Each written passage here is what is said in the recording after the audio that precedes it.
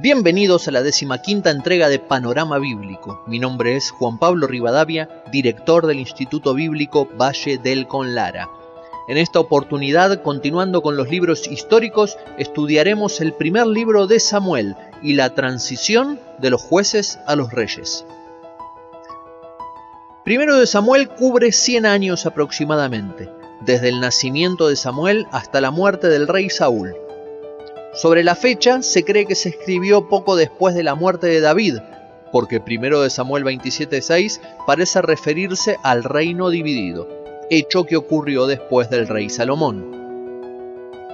Si podemos resumir en una palabra las normas que Dios le había dado a los reyes, esa palabra sería obedecer.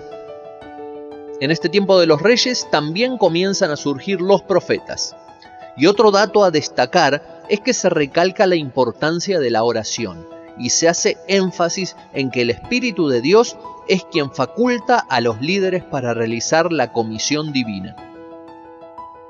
El libro comienza con Elí y sus hijos Ofni y Fines trabajando como sacerdotes en Silo, la ciudad donde se había levantado el tabernáculo y se había centralizado el culto.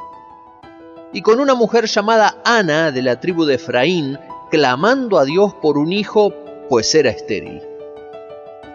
Ana se comprometió a dedicar su hijo a Dios si el Señor respondía a su oración.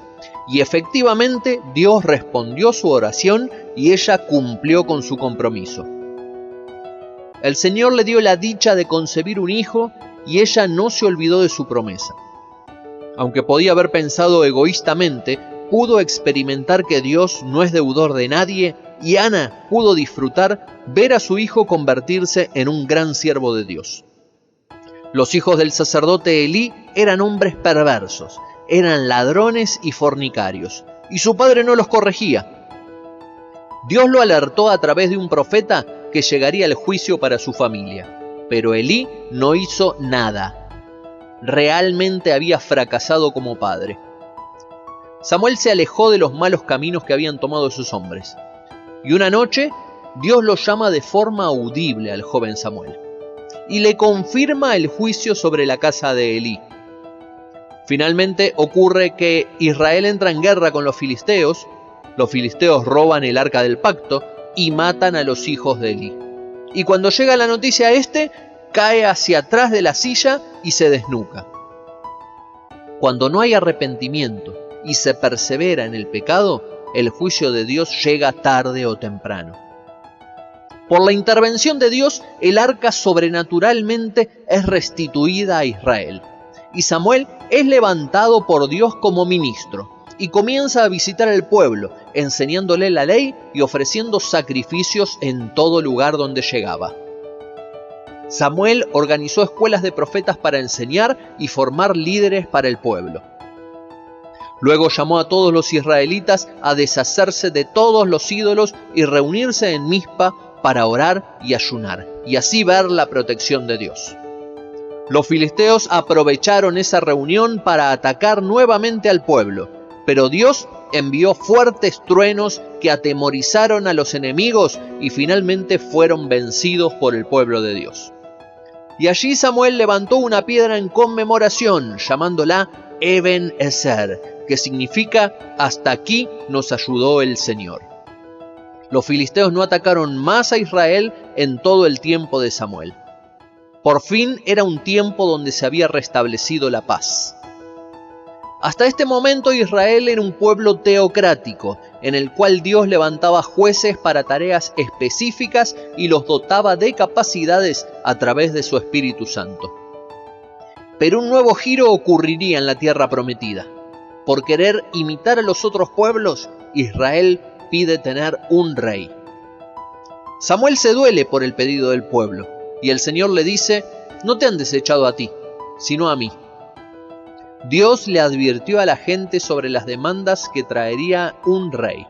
Sin embargo, siguieron pidiéndolo. Entonces Samuel es guiado por Dios hacia un joven de la tribu de Benjamín que se llamaba Saúl, y allí en privado lo ungió y su espíritu fue transformado.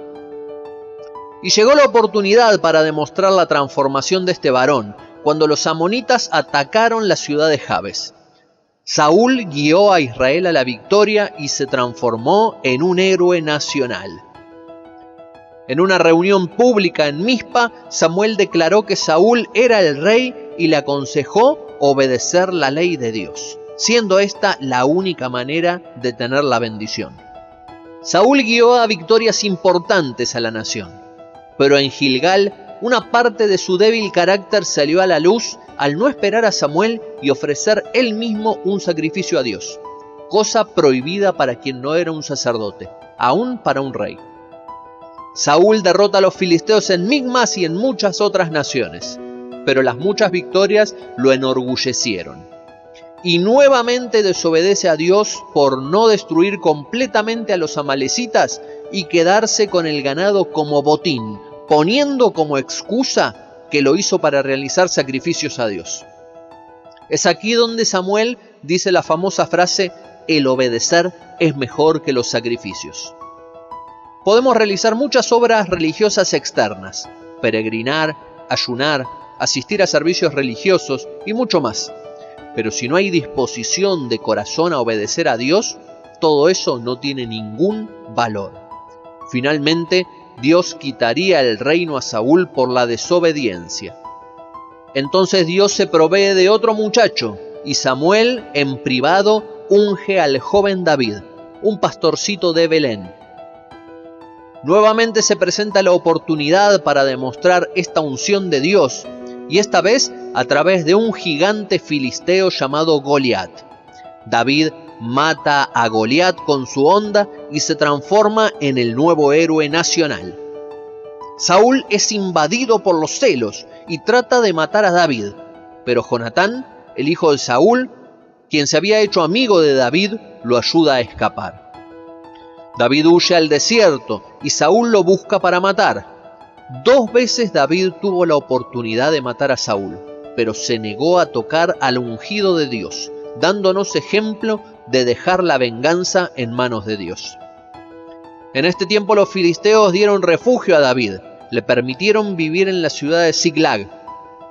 Nuevamente Israel se enfrenta a los filisteos y Saúl, temeroso, consulta a una adivina, porque Samuel ya había muerto. En el pasado él mismo había prohibido consultar espíritus, algo prohibido por Dios, pero ahora recurre a esta práctica ocultista y esta insensatez empeora las cosas. Dios eligió a Saúl, pero Saúl se rehusó a obedecer a Dios. Los filisteos derrotaron a Israel. Y la vida del rey Saúl terminó en derrota, en vergüenza y en suicidio. No fue un buen líder porque se rehusó a obedecer a Dios. Hasta aquí la 15ª entrega de Panorama Bíblico. Y recuerda que Jesucristo es el Rey de Reyes, quien obedeció a Dios Padre hasta la muerte para conseguir eterna libertad para todo el que lo desee. Dios te bendiga.